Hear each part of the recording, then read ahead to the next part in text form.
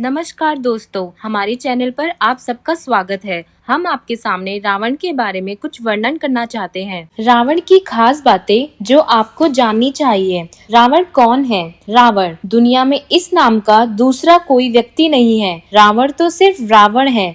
राजाधिराज लंकाधिपति महाराज रावण को दशानन भी कहते हैं कि रावण लंका का तमिल राजा था। सभी ग्रंथों को छोड़कर वाल्मीकि द्वारा लिखित रामायण महाकाव्य में रावण का सबसे प्रामाणिक इतिहास मिलता है। रावण ने एक खलनायक की भूमिका निभाई। रावण लंका का राजा था। सारस्वत ब्राह्मण कुल सत्य ऋषि का पुत्र और श्री वृषवा का पुत्र। रावण एक शिव भक्त, उद्रिक्त राजनीतिज्ञ, महाप्रतापी, महापराक्रमी योद्धा, अत्यंत बलशाली, शास्त्रों का प्रखर ज्ञाता, प्रकांड विद्वान, पंडित एवं महाज्ञानी था। रावण को स्वयं भगवान से वरदान मिला था कि उसकी मृत्यु किसी देवता, असुर, राक्षस, किन्नर, गंधर्व, यक्ष, सर्प, नाग, गरुड़ इत्यादि से नहीं होगी। लेकिन उसने अपने इस वर में मानव व वानर को नहीं मांगा था।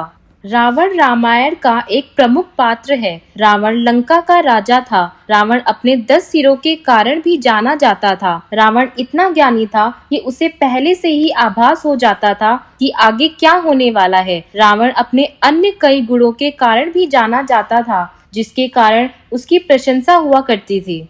भले ही रावण एक राक्षस था, लेकिन माता सीता का अपहरण उसने अपनी मर्यादा में रहकर किया था। अपनी छाया तक सीता माता पर कभी पड़ने नहीं दी थी। लेकिन रावण की एक गलती थी कि रावण को अपने अमर होने और सोने की लंका का इतना घमंड होने लगा था।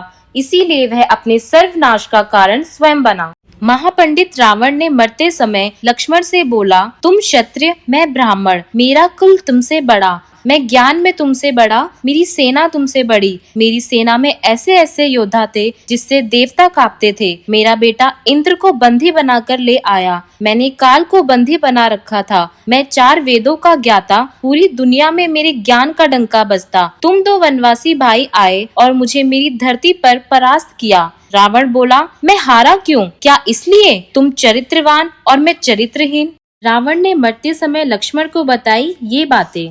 रावण ने लक्ष्मण को सबसे पहली बात यह बताई कि शुभ कार्य को जितना जल्दी हो सके कर लेना चाहिए। उसके लिए कभी ज्यादा इंतजार नहीं करना चाहिए, वरना जीवन कब समाप्त हो जाए किसी को पता नहीं। और अशुभ कार्य को जितना टाला जा सके जीवन के लिए उतना अच्छा है। रावण ने लक्ष्मण को दूसरा सबसे महत्वपूर्ण बात यह बताई कि शत्रु तथा रोग को कभी छोटा नहीं समझना चाहिए। छोटे से छोटा रोग भी प्राण घातक हो सकता है तथा छोटे से छोटा शत्रु भी सर्वनाश बन सकता है। रावण ने प्रभु श्री राम, लक्ष्मण और उनकी वानर सेना को तुच्छ समझा था। रावण ने लक्ष्मण को तीसरी ज्ञान की बात यह बताई कि अपने जीवन से जुड़े राज को यथासंभव गुप्त ही रखना चाहिए। उसे किसी भी व्यक्ति को नहीं बतानी चाहिए, चाहे वह अपना प्रिय क्यों ना हो। यदि वह रहस्य प्रकट हो गया तो उसका जीवन पर बुरा प्रभाव हो सकता है। रावण के नाभि में अमृत कुंड का रहस्य विभीषण द्वारा प्रकट होने पर ही रावण का वध हुआ था।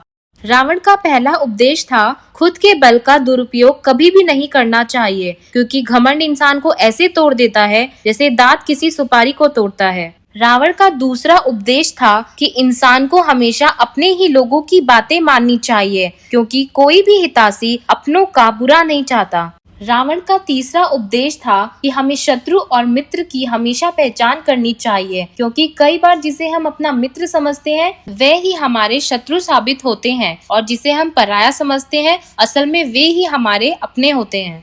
रावण का चौथा और सबसे उत्तम उपदेश था कि हमें कभी भी पराई स्त्री पर बुरी नजर नहीं डालनी चाहिए, क्योंकि पराई स्त्री पर बुरी नजर डालने वाला इंसान नष्ट हो जाता है, या तो धन से या तन से। ऐसी मान्यता है कि रावण ने अमृतत्व प्राप्ति के उद्देश्य से भगवान ब्रह्मा की घोर तपस्या कर वरदान मांगा, लेकिन ब्रह्मा ने उसके इस वरदान को न मानते हुए कहा कि तुम्हारा जीवन नाभि में स्थित रहेगा। रावण की अजर अमर रहने की इच्छा रह ही गई। यही कारण था कि जब भगवान श्री राम से रावण का युद्ध चल रहा था तो रावण और उसकी सेना प्रभु श्री राम पर भारी पड़ने लगी। ऐसे में विभीषण ने श्री राम की सहायता करते हुए बताया कि रावण का जीवन उसकी नाभि में है, नाभि में ही अमृत है।